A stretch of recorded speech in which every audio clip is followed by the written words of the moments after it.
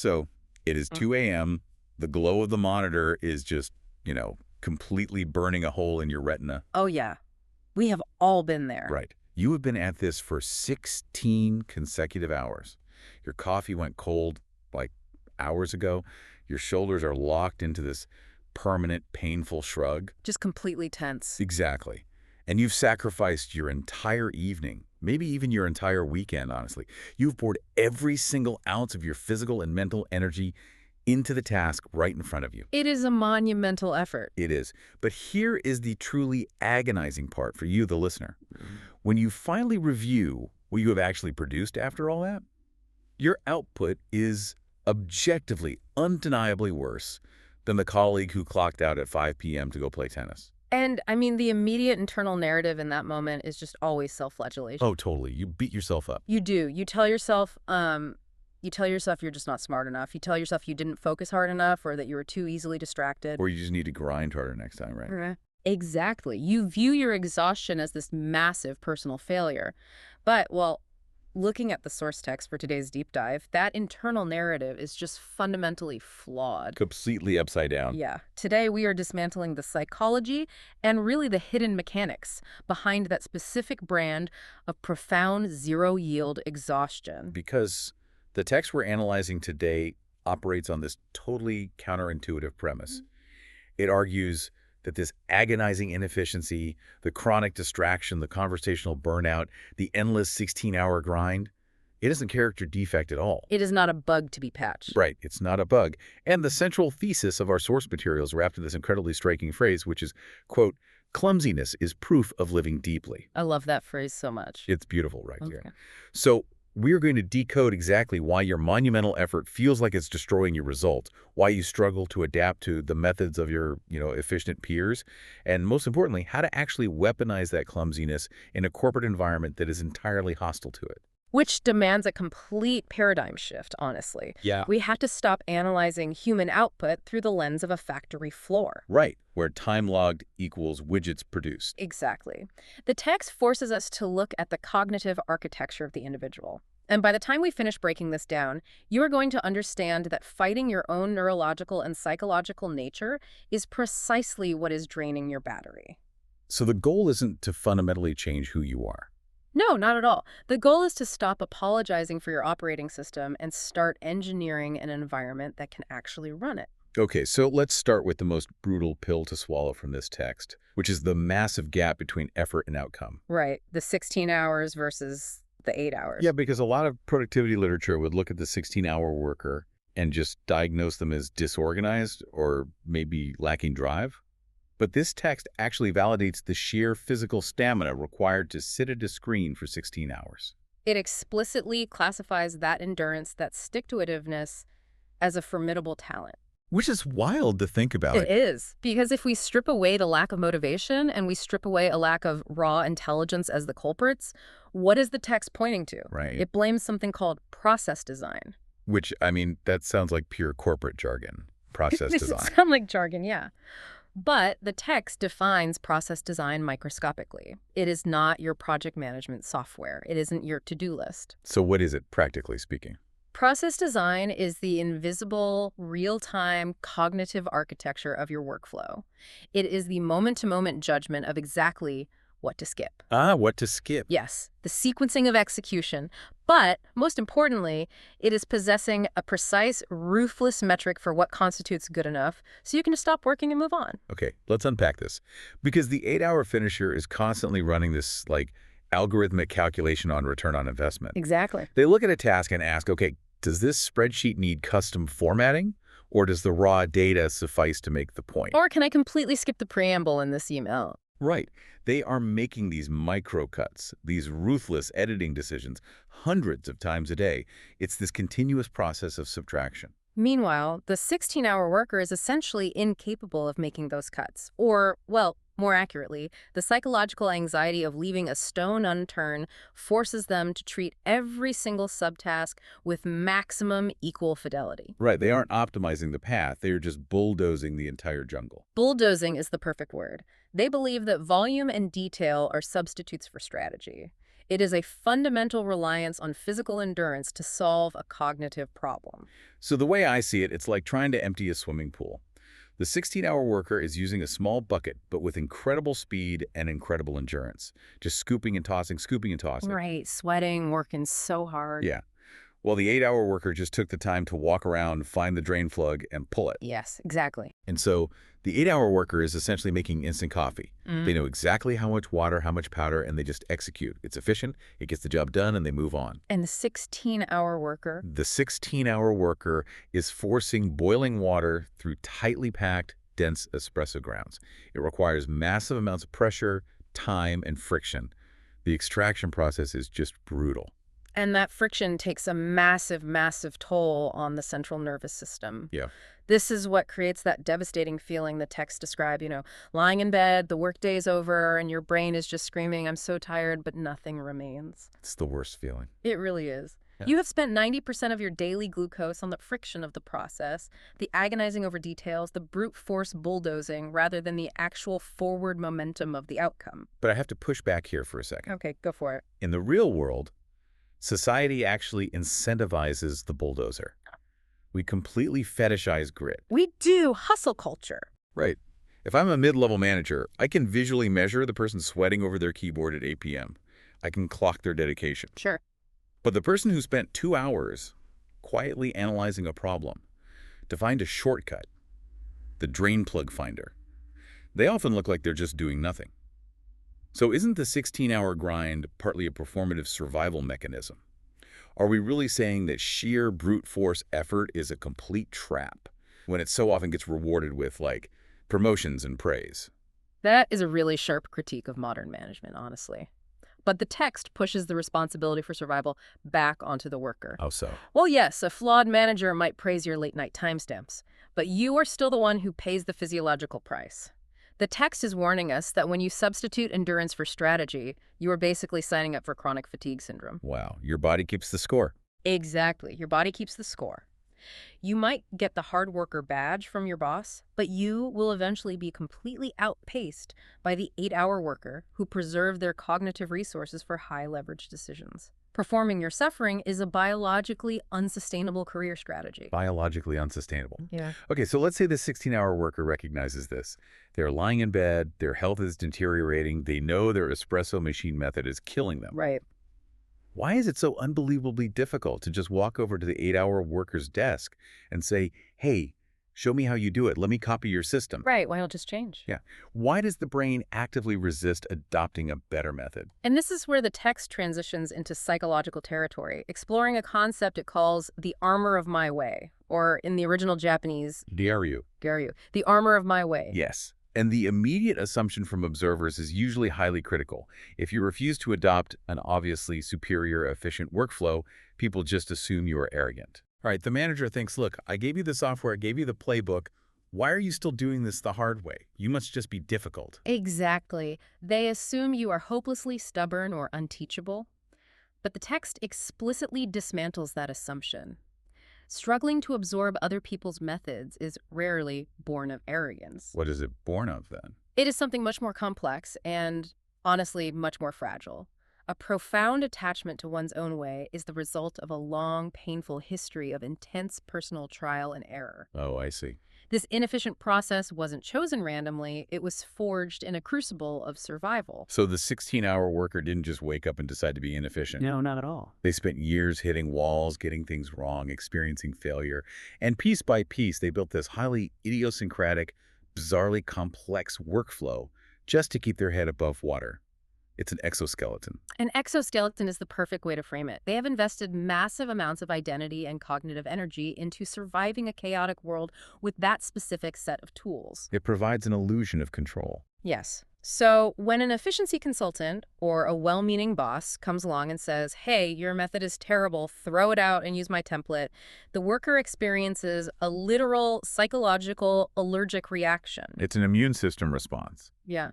The brain perceives the new, efficient method not as a helpful tool, but as a hostile virus attacking the host. Precisely. When someone says, that template doesn't suit my style or that won't work for my specific workflow, we read it as defiance. But it's defense. It's a form of deep self-defense. To throw out their entire 16-hour method feels like invalidating all the suffering, all the late nights, and the effort it took to build it in the first place. Right. The sunk cost fallacy is incredibly strong here. Huge. Yeah. To accept the 8-hour method is to admit that the last 5 years of agonizing brute force effort might have been entirely unnecessary. And that is a psychologically terrifying prospect that the ego will basically fight to the death to avoid. It's like a chef, right? A chef who has spent 10 years perfecting a really complex soup recipe. Oh, that's a great analogy. If someone walks into their kitchen and tells them to change the whole recipe, they'll absolutely refuse. They'll throw you out of the kitchen. Right, because it's their identity. Exactly. But if you ask them to just add a tiny pinch of a new spice as a test, they might be open to it. So for the listener who feels incredibly stuck in their ways, how do they mentally reframe this so it doesn't feel like a failure of their original system? How do you bypass a defense mechanism that strong? The text offers a highly specific neurological workaround for this. Do not try to change everything at once. Don't overhaul the soup. Right. A total system overhaul spikes the amygdala. It triggers a literal threat response in the brain. Instead, the text advises approaching change as a micro-experiment. You must lower the stakes so dramatically that the ego doesn't even bother to activate its defenses. The instruction is to simply, quote, borrow a small part. So if I am deeply entrenched in my chaotic way of managing projects, I don't migrate all my work to a new platform on Monday morning. I don't send out an email announcing a quote-unquote new me. Exactly. You reframe the adoption from a permanent replacement to a temporary addition. You literally tell your brain, hey, we are keeping our entire messy 16-hour system, but today, between 1 p.m. and 2 p.m., we are going to borrow just one small email sorting trick from that efficient colleague, just as a test. You are playing the role of a neutral scientist in the laboratory of your own life. Yes. You aren't failing at your old system. Yeah. You are gathering data on a new variable. And that semantic shift is absolutely crucial. By defining it as a temporary test, the brain doesn't register it as an ego death. It registers it as play. Right. If it works, you integrate it. If it doesn't, you discard it without feeling like a failure. Yeah. It is really the only way to sneak efficiency past the armor of Garyu. Okay, let's play this out. Let's say our listener actually manages this. They bypass their ego, they run the micro-experiment, and they finally sit down at their desk with a newly optimized, streamlined process. Okay. The intent is there. Yeah. The structural design is finally there. And then they go to execute, and their brain completely short circuits. Oh, yeah. They just stare at the screen, a million miles away, entirely unable to focus.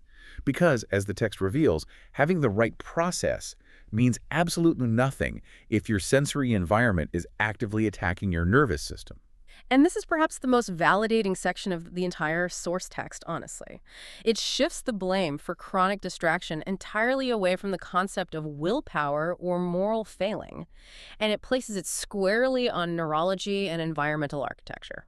We really need to linger on this because the standard corporate narrative is deeply toxic here. It is. If you can't focus in your cubicle, the assumption is that you lack discipline. You are weak, you're unmotivated, or you just spend too much time on social media. The text completely obliterates that narrative. It argues that the inability to focus, particularly when there are other humans in the vicinity, is deeply connected to a neurological trait where an individual's attention naturally and involuntarily turns outward. Turns outward. Yes, it is a biological phenomenon of sensory overload. Walk me through the mechanics of that. What is actually happening in the brain of someone whose attention turns outward? We have to look at sensory processing. For certain individuals, often those categorized as highly sensitive, the brain is fundamentally wired to act like a massive, indiscriminate radar dish. A radar dish. Right. The prefrontal cortex is trying to focus on writing a report, but the primitive parts of the brain are continuously, unconsciously processing the entire physical environment. So it's not a choice. Not at all.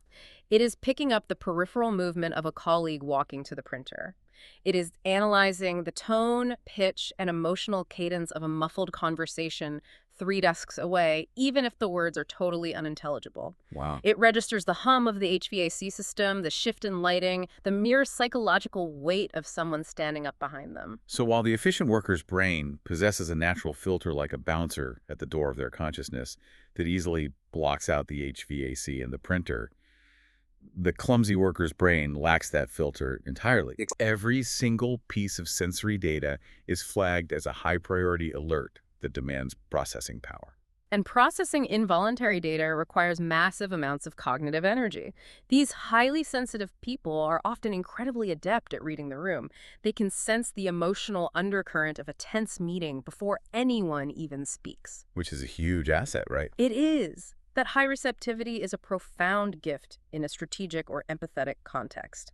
But when they are just trying to execute a deep work task, that exact same radar dish actively and continuously drains their cognitive resources. Think about the modern open plan office through this lens. Oh, it's a nightmare. It is essentially a sensory minefield designed specifically to drain the brain power of highly sensitive people.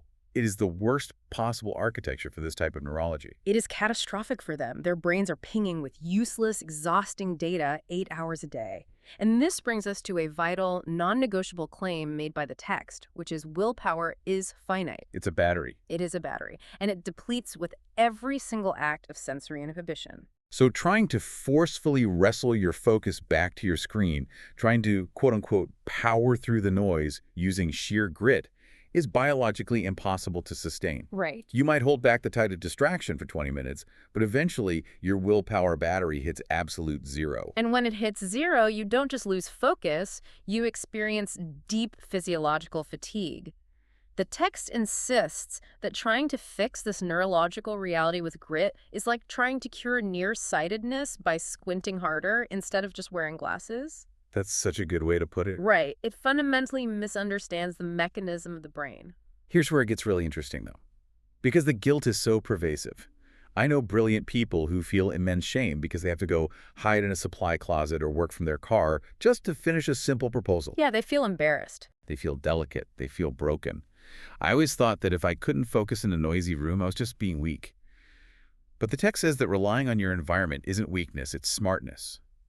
How does the text reframe this need for isolation? Can we dig into why we feel so guilty about needing a perfect environment to work? Well, it reframes it from a weakness to a tactical necessity. Relying on your environment isn't a failure of resilience. It is the highest form of strategic self-management. Strategic self-management. Yes. The text offers very concrete mandates here. Remove extra things from your field of vision. Turn off every single digital notification. Physically position yourself where you cannot see others move. So face a wall. If you have to put your desk facing a blank concrete wall in a basement, do it. You are engineering your reality to protect your finite willpower battery. Precisely. Why waste 80% of your daily cognitive energy actively trying to suppress the sound of your coworker chewing ice? You feel guilty because the extrovert ideal tells you that you should be a team player who thrives in the hum of the bullpen. But acknowledging your neurological reality and ruthlessly altering your environment to suit it is not being delicate. It is a highly rational, professional optimization. But this hypersensitivity, this radar dish brain, Yeah. it doesn't just ruin our focus when we're trying to work alone. Mm-hmm. It bleeds heavily into our social lives at work, too. Oh, absolutely. The text points out that this exact same sensory overload completely alters how we interact with colleagues, often making these individuals look incredibly unprofessional or aloof in casual conversations. Yes, the text transitions here from workflow friction to social friction. It tackles the massive, entirely misunderstood burden of the highly sensitive person in a corporate social setting. And it anchors this analysis on one specific, universally expected physical behavior. Which is eye contact. eye contact, which is basically the gold standard of professional communication in the West. It is. If you are in a one-on-one meeting and you constantly look away, stare at the floor, or look out the window while someone is talking to you, the social penalty is immediate. Immediate and harsh. The other person assumes you are bored, evasive, untrustworthy, or completely unmotivated. Society views sustained eye contact as the baseline metric for honesty and engagement.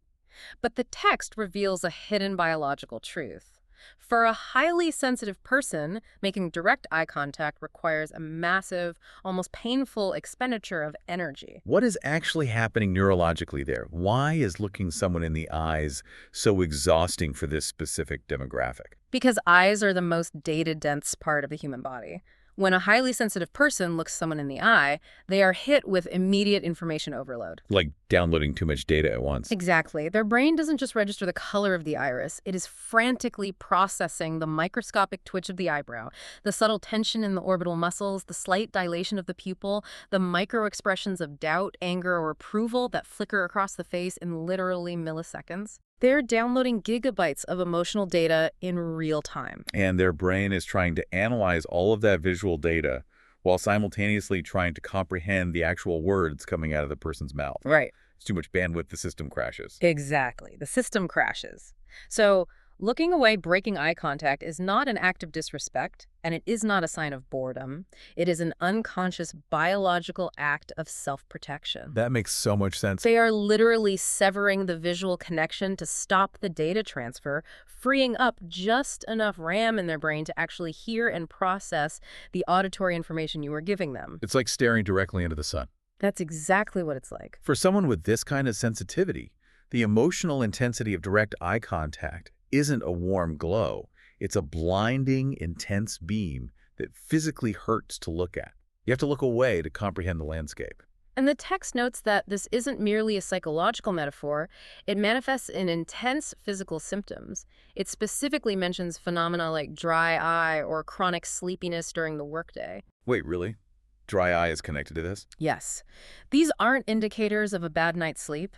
They are physiological manifestations of the profound physical stress caused by constant social interaction.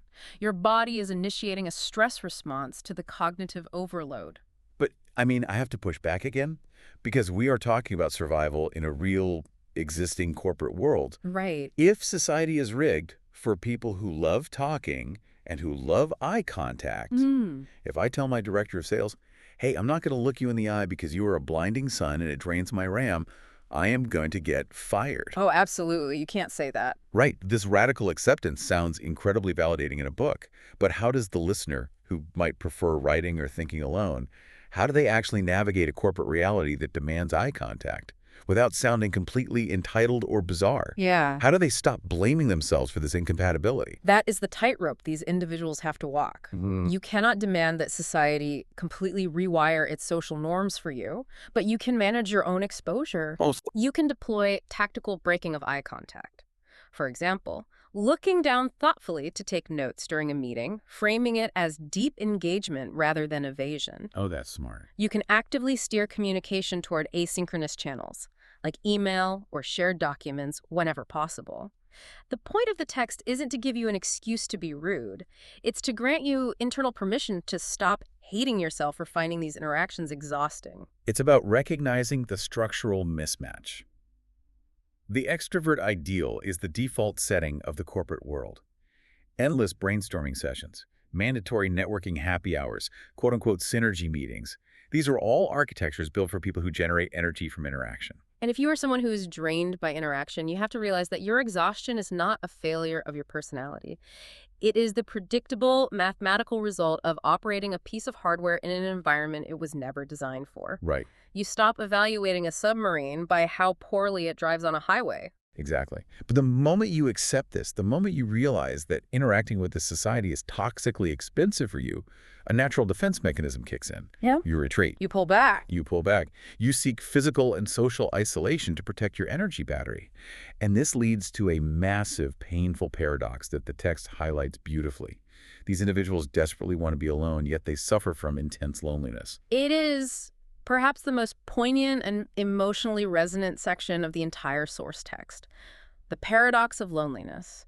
The fierce desire to retreat from humanity inextricably linked with the deep, aching pain of feeling disconnected from it. Because on the surface, to anyone else, it looks like utter madness. It does. You intentionally cancel plans on a Friday night because you are desperate to be alone in your quiet apartment.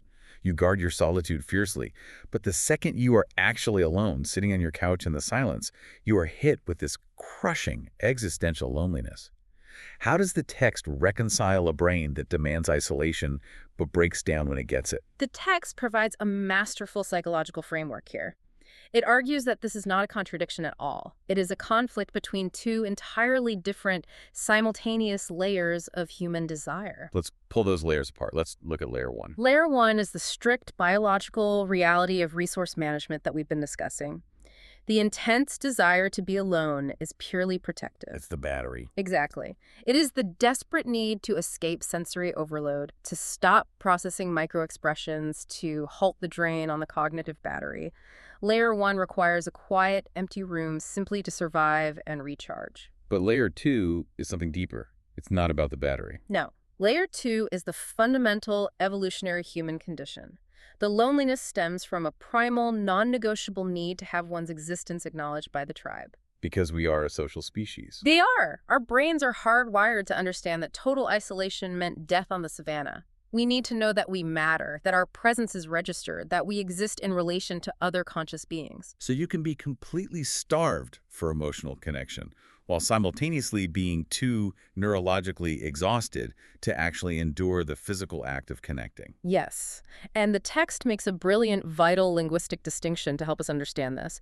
It separates the concept of loneliness, which is an internal emotional state of feeling unseen, from the concept of isolation, which is merely the physical, geographic state of being alone. Right, you can be physically isolated in a cabin in the woods and feel deeply connected to the world.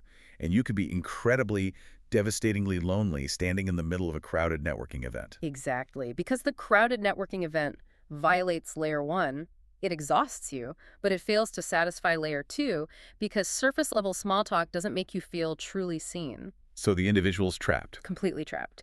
If they go out to a party to cure their loneliness, they trigger their exhaustion. If they stay home to cure their exhaustion, they trigger their loneliness. It sounds like an inescapable trap. How do you solve a paradox where the cure for one disease feeds the other? This is where the source material offers its most elegant, actionable solution. It introduces the concept of thin, long connections. Thin connections. I love that phrasing. Contrast that with what we normally consider a relationship. Traditional relationships, especially in the extrovert ideal, are thick connections. They are high bandwidth. They require real-time, face-to-face conversation, sustained eye contact, immediate emotional mirroring, and rapid-fire verbal responses. Which is exactly what causes the RAM crash. Exactly. For a highly sensitive person, these thick connections are precisely what cause the burnout. They are too heavy. So the text argues that the solution is not to force yourself to endure more thick connections to cure your loneliness. The solution is to intentionally cultivate a diet of thin connections. Which are low stakes, ambient, and crucially asynchronous. Yes. The text specifically highlights the act of reading and writing. When you read an essay written by someone halfway across the world, or when you write something and know that someone somewhere is quietly reading it, you are connecting. You are sharing the human experience. It provides the warmth of mutual acknowledgement without demanding the instantaneous draining energy of real-time conversation. So what does this all mean? The extrovert thrives in a crowded, noisy harbor. They want all the boats tied together, people shouting across the decks, constant interaction. But the highly sensitive person needs a network of lighthouses. Lighthouses, that is a perfect visualization. You are in your own little boat, sailing alone in the dark. It is quiet. You are physically isolated, which protects your peace and satisfies layer 1. But off in the distance, sweeping across the dark water, you see the beam of a lighthouse. And you don't need to sail over to lighthouse. You don't need to knock on the door and make small talk with the lighthouse keeper. No. Just seeing their light blinking from across the water is enough to know you aren't the only conscious being out there. It acknowledges your shared existence on the ocean. It satisfies layer 2, the need for connection, without violating layer 1. That is a flawless visualization of the text's intent. Engaging in an online forum, subscribing to a niche newsletter, writing a blog, or even engaging in what developmental psychologists call parallel play. Like sitting in a coffee shop. Exactly. Sitting in a quiet coffee shop, working silently alongside other strangers doing the exact same thing. These are thin connections. They provide the ambient hum of humanity at a manageable frequency. But I have to ask, is it really possible to survive on just these thin connections? Or are we just compromising? The societal narrative tells us that online friends aren't real friends, that sitting silently in a cafe isn't real connection.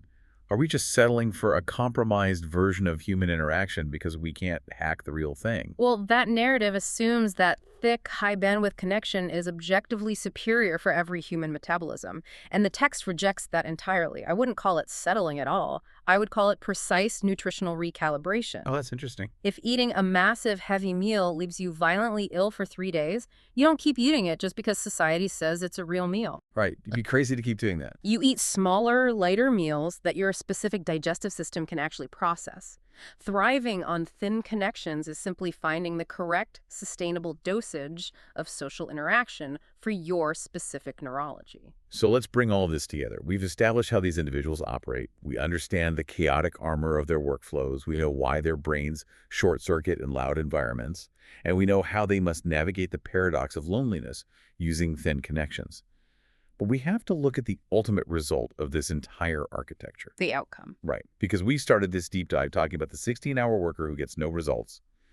What is the overarching value of all this agonizing friction? What is the point of a process that seems so inherently inefficient? And this is where the text brings its entire philosophy into focus with a really profound reframe. It tackles the agonizing sensation of spinning your wheels, a concept the original Japanese text calls karamawari. Spinning your wheels. There is almost no worse feeling in the professional world. You have the gas pedal pressed to the floor, the engine is screaming, you are burning fuel at a terrifying rate, but the tires have no traction. You're just stuck in the mud. The car isn't moving an inch, you are exhausted, and you feel entirely left behind while trying harder than anyone else. It is deeply demoralizing, but the text offers a perspective shift that changes the entire paradigm. Spinning your wheels is absolute proof that the engine is running. You are generating massive amounts of energy. The internal mechanics are functioning at maximum capacity. But the car isn't moving forward. It isn't moving forward in the linear, predictable, socially approved direction of efficiency. But something profound is happening beneath the surface. The text highlights a vital contrast here between two archetypes, the clever or efficient worker and the clumsy worker. Okay, the clever worker is the 8-hour drain plug finder, the instant coffee maker. Yes. The clever worker gets things done in half the time. They move lightly, they skim the surface of the problem, they execute the obvious solution, and they immediately move on to the next task. They are highly efficient, highly prized by management, and entirely frictionless. And the clumsy worker. The clumsy worker spends agonizing hours wrestling with the task. They get bogged down in microscopic details that the clever worker ignored. They try a dozen different angles, most of which fail. Sounds exhausting. It is.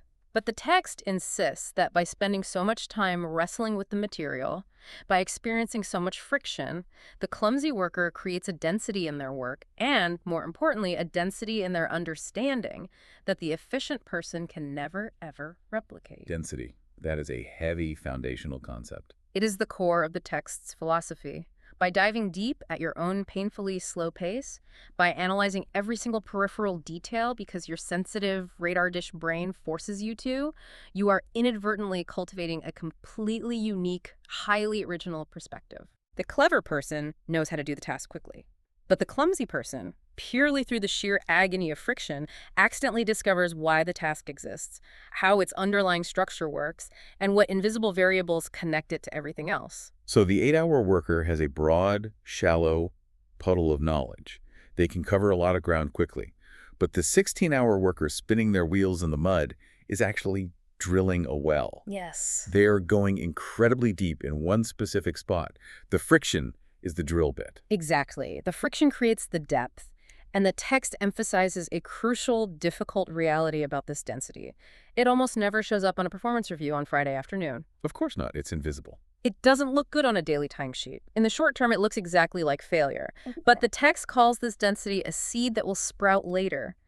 The deep, agonizing grappling with the problem build an internal subconscious database of nuances, pitfalls, and structural understandings that the efficient worker simply doesn't possess. But how does the listener actually measure this in their own life? If I am sitting in my car right now, completely burned out, how can I tell the difference between spinning my wheels because I'm secretly building profound density versus just being legitimately stuck in a dead-end process and needing to ask for help? It comes down to monitoring your internal resonance. When you are purely stuck in the mud without purpose, you feel apathy. You feel a hollow, deadening boredom. You want to quit, but you can't out of fear. And when you're building density, When you are building density, even amidst the profound exhaustion, even amidst the tears and the frustration of the 16-hour day, there is a tiny, irreducible spark of obsession. there's a puzzle piece you can't let go of. Yes. There is a specific detail you are desperately trying to get right. There's a structural problem you are wrestling with that you genuinely care about, even if you hate the process in the moment. That microscopic obsession, that inability to just let it go and be efficient, is the indicator that you are packing the espresso grounds. You're building pressure. You are living deeply. Which brings us all the way back to the opening quote. Clumsiness is proof of living deeply. For the listener who feels like they are constantly struggling, constantly behind the curve, constantly exhausted by the sheer act of existing in a loud, fast, extroverted world, they weren't wasting their time. Their inefficiency wasn't a joke.